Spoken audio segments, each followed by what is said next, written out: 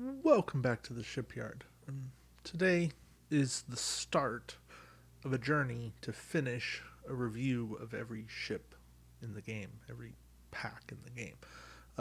There's 29 left, including this one, so 28 to go after we're done here. Uh, this is the IKS Pagh. It was a prize ship from Matter of Honor.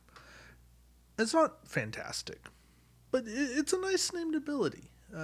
When attacking, you can convert one of your crits into a hit, and if you do so, you convert one of your blanks into a hit.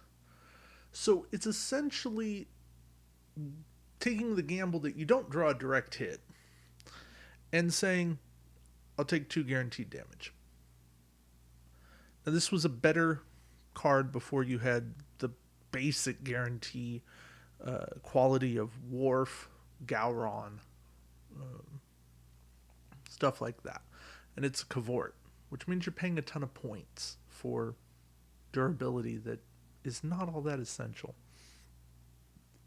To make matters worse, the slots on this thing is crew double weapon tech. If it had 2 crew, might be worth something.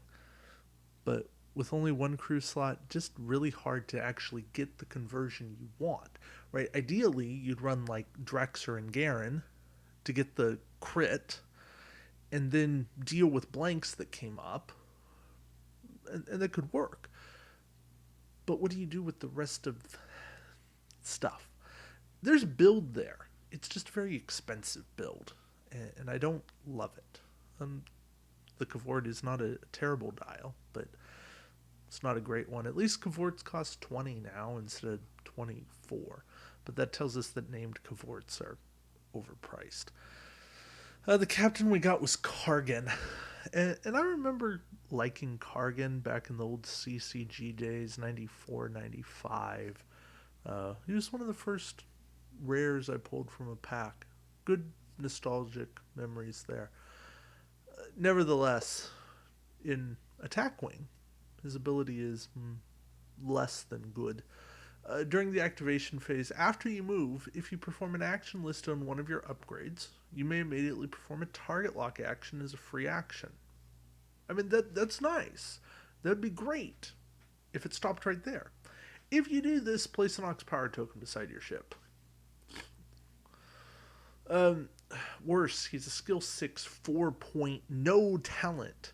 He suffers from the Christopher Pike effect, at least Pike discounted stuff. But Kargan has a great start of an ability and then says, now I'm going to make it bad. Oh, and now I'm going to make it worse by costing more than I should. At 3 points, he'd be nice. With a talent, he'd, again, be nice. He should either be 4 with a talent, 3 no talent. Ideally, 3 with a talent. But, yeah.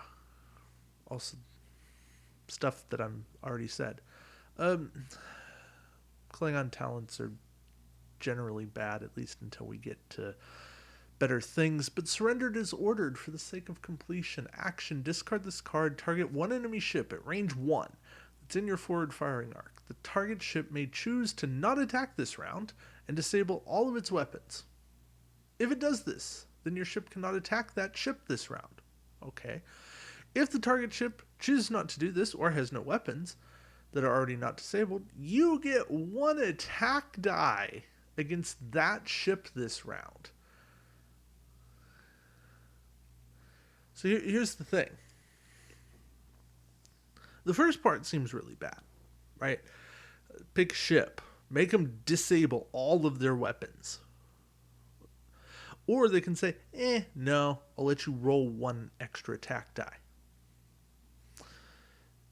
It's like, okay, I'm spending an action. I'm discarding this card. You know, thematically, this would be so much better if it was at a crit against this ship. Something like that. Or that ship cannot roll defense dice. That would be surrender. I don't know. I just don't like the card because 99 times out of 100, not that my opponent, I could get 100 opponents to run this, but if they did 99 times, I would go, roll the extra attack die. I'll be fine.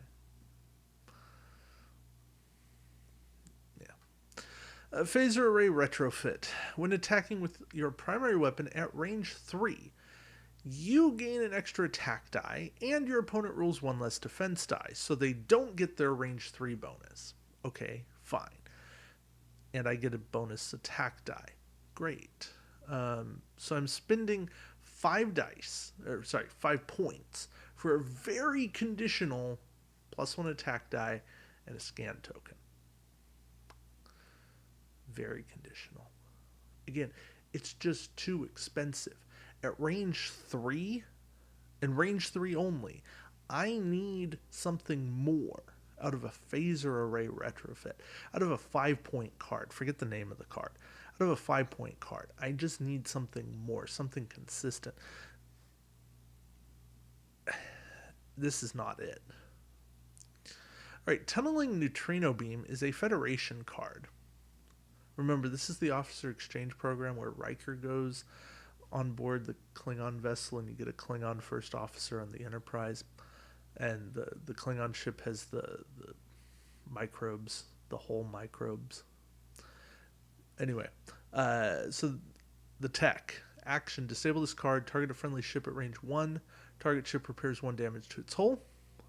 You cannot attack this round. You do not pay a faction penalty when putting this on a Klingon ship. Great. I would have loved to see this as dual faction. I would also like to see this card as time tokens, because the action disable is a double action and is just never going to be worth it. To repair one damage at range 1 only. Just and to make me sacrifice my attack. It's too many costs for what? 1 health?